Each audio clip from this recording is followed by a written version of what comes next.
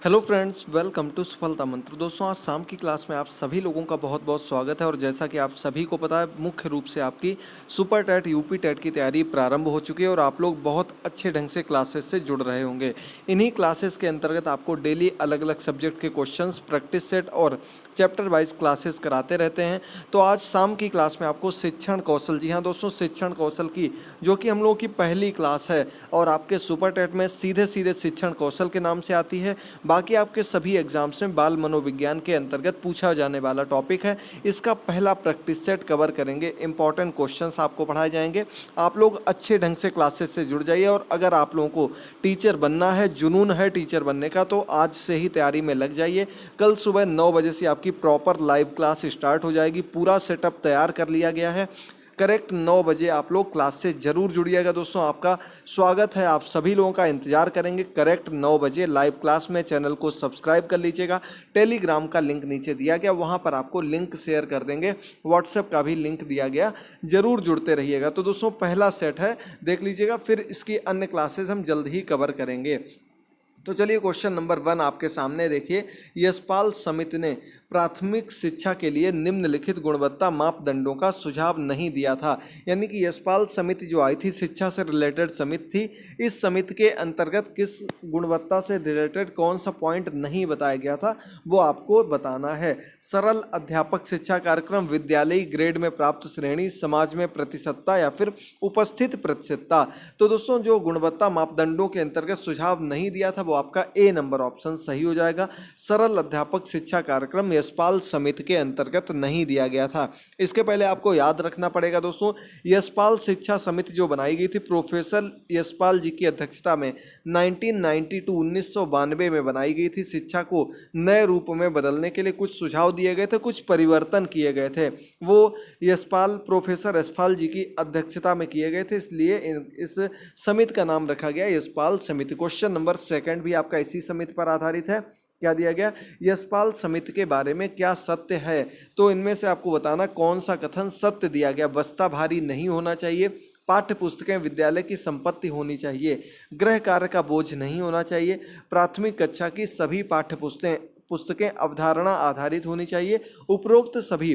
तो दोस्तों, यशपाल शिक्षा समिति जो थी, उसके अंतर्गत आपके ए, बी और सी तीनों ही पॉइंट बताए गए थे, इसलिए इसका आपका डी नंबर ऑप्शन बिल्कुल सही है, हो जाएगा। और सन जरूर याद रखिएगा दोस्तों, 1992। फिर से आपको बता रहे हैं, अच्छे से याद करते रहिएगा। जल्द ही आपको इसके क्वेश्चन जब फिर से कराएंगे तो आपसे चीज़ें पूछेंगे। इसकी भी चैप्टर वाइज क्लासेस के नोट्स तैयार हो रहे हैं, वो आपको जल्द ही कराए जाएंगे। अगला क्वेश्चन, किसने कहा था कि पूर्व बाल्यावस्था शैक्षिक संस्थाओं में प्रवेश के लिए कोई परीक्षा अथवा साक्षात्कार नहीं होना चाहिए? यानी कि पूर्व बाल्यावस्था के लिए जो शैक्षिक संस्थाएं होती हैं, उनमें किसी भी प्रकार का कोई एंट्रेंस एग्जाम नहीं होना चाहिए। यशपाल समिति, देशमुख समिति, मुदालियर समिति या इनमें से कोई नहीं। तो दोस्तों, 3rd नंबर क्वेश्चन है और इसका आपका सही ऑप्शन हो जाएगा ए नंबर ऑप्शन। यशपाल समिति के अंतर्गत ही इस बात को मुख्य रूप से उठाया गया था और इसी के अंतर्गत इस पॉइंट को रखा गया था, याद रखिएगा। आगे बढ़ते हैं, आगे आपको इन समितियों के बारे में भी बताएंगे। अगला क्वेश्चन दिया गया, पहली बार द्विवर्षीय प्राथमिक शिक्षक प्रशिक्षण की अनुशंसा किस आयोग ने की थी? मुदालियर आयोग, कोठारी आयोग, शिक्षा पर राष्ट्रीय समिति या फिर यशपाल समिति? चलिए जल्दी से बताइएगा। Question number 4। और द्विवर्षीय प्राथमिक शिक्षक प्रशिक्षण जो होता है हम लोगों का, जिसे हमने बीटीसी का नाम दिया, डीएलएड जिसे अब कर दिया गया है, ये प्रशिक्षण की अनुशंसा किसने रखी थी?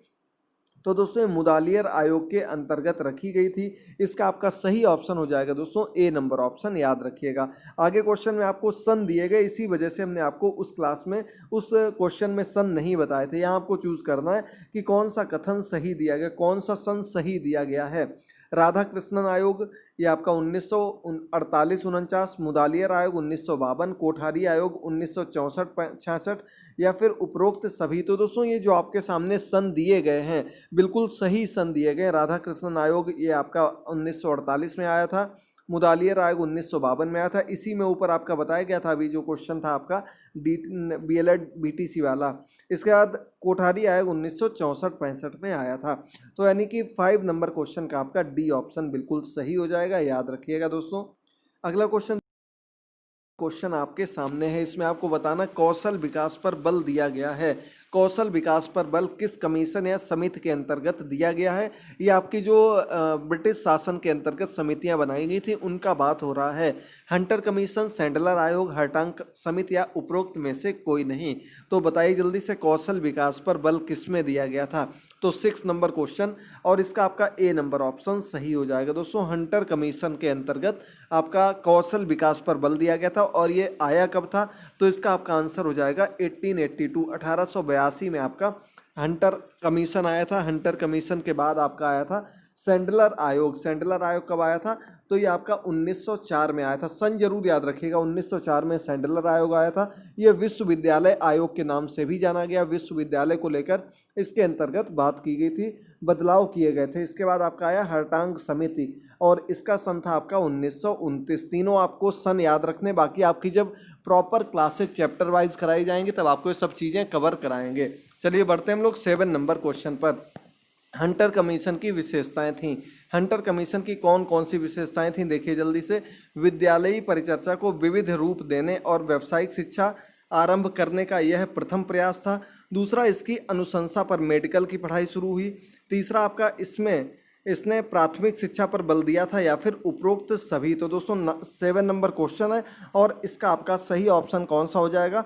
तो इसमें आपका ए नंबर ऑप्शन जो है हंटर आयोग 1882 वाला, इसमें आपको बताया गया था कि विद्यालयी परिचर्या को विविध रूप देने और व्यावसायिक शिक्षा आरंभ करने का यह प्रथम प्रयास था। यानी कि प्रथम रूप में पहली बार इस प्रकार के बदलाव विद्यालयी शिक्षा के अंतर्गत किए गए थे, याद रखिएगा। चलिए आगे बढ़ते हैं क्वेश्चन नंबर 8 की ओर। क्या दिया गया? अंग्रेजी शिक्षा का माध्यम किसके कहने पर बनाया गया था? जो शिक्षा का मुख्य रूप इंग्लिश किया गया, इंग्लिश को बदलाव में कब लाया गया? लॉर्ड मैकाले, सैंडलर आयोग, हर्टांग समिति या फिर हंटर आयोग। तो दोस्तों आपने पढ़ा होगा, जो हिंदी, जो आपकी इंग्लिश भाषा आई थी, इंग्लिश भाषा प्रयोग में लाई गई थी भारतीय शिक्षा के अंतर्गत, उसे लाने वाले कौन थे? Lord Macaulay. इसका आपका ए नंबर ऑप्शन बिल्कुल सही हो जाएगा। दोस्तों 8th नंबर क्वेश्चन का ए ऑप्शन याद रखिएगा। और दोस्तों अगर बात की जाएगी लॉर्ड मैकाले के सन की, तो ये 1834-35 के अंतर्गत भारत में आए थे, और इन्होंने ही अंग्रेजी शिक्षा को बढ़ावा दिया था, अंग्रेजी शिक्षा को आगे बढ़ाया था। चलिए आगे बढ़ते हैं क्वेश्चन नंबर 9 पर। लॉर्ड मैकाले के समय भारत का गवर्नर जनरल कौन था?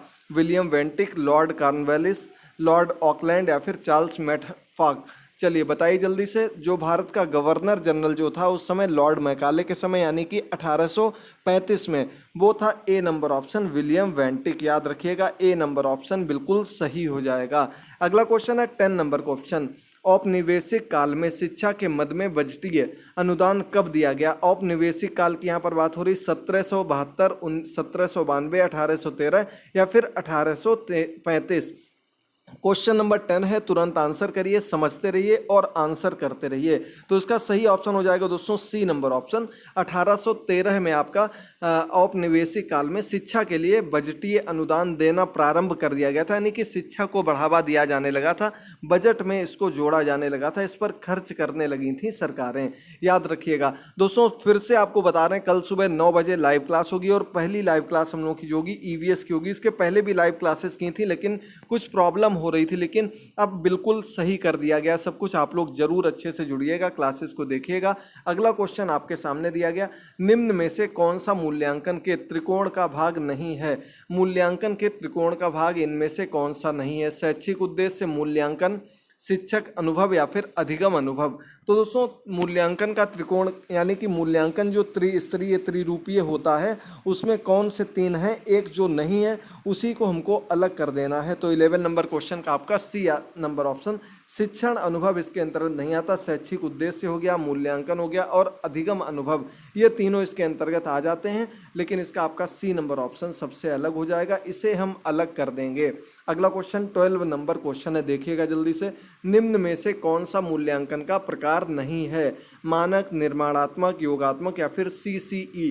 तो दोस्तों मूल्यांकन का प्रकार पूछा गया, और मूल्यांकन का प्रकार योगात्मक हो सकता है, निर्माणात्मक हो सकता है, और कॉन्टिन्यूअस एंड कॉम्प्रिहेंसिव इवैल्यूएशन यानी कि सतत एवं व्यापक मूल्यांकन हो सकता है, लेकिन मानक नहीं होता है। तो ए नंबर ऑप्शन आपका अलग हो जाएगा। अगला क्वेश्चन है 13 नंबर क्वेश्चन। अधिगम के परिणाम के निर्धारण में मूल्यांकन की तकनीक विशेष के चयन में निम्नांकित का ध्यान रखा जाता है। अधिगम के परिणाम के निर्धारण में जल्दी से बताइएगा, अधिगम अनुभव, शैक्षिक उद्देश्य, पाठन का विषय या फिर पढ़ाने की विधि। क्वेश्चन नंबर 13 और इसका आपका सही ऑप्शन हो जाएगा दोस्तों बी नंबर ऑप्शन। शैक्षिक उद्देश्य जो होता है इस बात का विशेष रूप से ध्यान दिया जाता है। जब तक आपको उद्देश्य नहीं पता होगा कि ये चीज़ आप क्यों पढ़ रहे हैं, इसका क्या मेन उद्देश्य है, तब तक उसको पढ़ाने का कोई मकसद नहीं है, कोई मतलब नहीं बनता है। आगे बढ़ते हैं हम लोग 14 नंबर क्वेश्चन की ओर। और आपके सामने क्वेश्चन आ चुका है कि स्कूलों में शैक्षिक मूल्यांकन किया जाता है अंत में, अर्थात अधिगम अनुभव देने के पश्चात, शैक्षिक उद्देश्यों को निर्धारित करने के पश्चात, प्रारंभ में उद्देश्यों के निर्धारण करते समय और अगला अधिगम अनुभव प्रदान करते समय या उपरोक्त सभी स्तरों पर। तो दोस्तों आपने सतत एवं व्यापक मूल्यांकन पढ़ा होगा। सभी स्तरों पर व्यापक रूप से सभी क्षेत्रों को जोड़ते हुए जो इवैल्यूएशन होता है वो आपका CCE के नाम से जाना जाता है और इसका आपका सही ऑप्शन हो जाएगा डी नंबर ऑप्शन। ये सभी आपके जो प्रकार दिए गए अलग अलग रूपों में शैक्षिक मूल्यांकन इनमें शामिल रहता है। अब आज का अंतिम क्वेश्चन है दोस्तों, छोटी सी क्लास थी, पहली क्लास थी शिक्षण कौशल की। अगर आपको क्लास पसंद आई हो तो दोस्तों आपका अभी तक जैसा सपोर्ट मिला है, प्यार मिला है, कमेंट करके जरूर बताइएगा, लाइक करते रहिएगा और शेयर करते रहिएगा। 15 नंबर क्वेश्चन है, मूल्यांकन एक खाली स्थान प्रक्रिया है, किस प्रकार की प्रक्रिया, विकासात्मक, सतत, नियमित या फिर खंडित। तो दोस्तों मूल्यांकन की प्रक्रिया जो होती है कॉन्टिन्यूअस होती है, यानी कि सतत प्रक्रिया होती है, लगातार चलने वाली प्रक्रिया होती है, निरंतर चलने वाली प्रक्रिया होती है। सभी नाम आपको याद रखने हैं जो बालक के सभी क्षेत्रों को जोड़ते हुए सतत रूप से चलती रहे, वो आपका इवैल्यूएशन कहलाता है। तो इसका आपका सही ऑप्शन हो जाएगा बी नंबर ऑप्शन। आपके सभी 15 क्वेश्चन कंप्लीट हुए। जल्दी से देखते रहिए, क्लासेस को शेयर करते रहिए और बताइए कितने क्वेश्चन आपके सही हुए हैं। कल 9 बजे की टाइमिंग याद रखिएगा। और आज सुबह हमने आपको संस्कृत का चैप्टर 2 के इंपॉर्टेंट क्वेश्चंस दिए थे, अन्य कुछ क्वेश्चंस थे। उम्मीद करते हैं आपको आज की क्लास पसंद आई होगी, आप लोगों ने जरूर देखी होगी। अगर नहीं देखी है तो संस्कृत की पूरी तैयारी के लिए उन क्लासेस को अभी से देखना प्रारंभ कर दीजिए। आप जैसे चाहते हैं, जिस रूप में चाहते हैं, आपको ठीक उसी रूप में बहुत अच्छी तैयारी कराई जा रही है। अपना सपोर्ट बनाए रखिए। मिलते हैं कल सुबह 9 बजे की EVS की लाइव क्लास में। तब तक के लिए थैंक यू दोस्तों, गुड बाय, टेक केयर।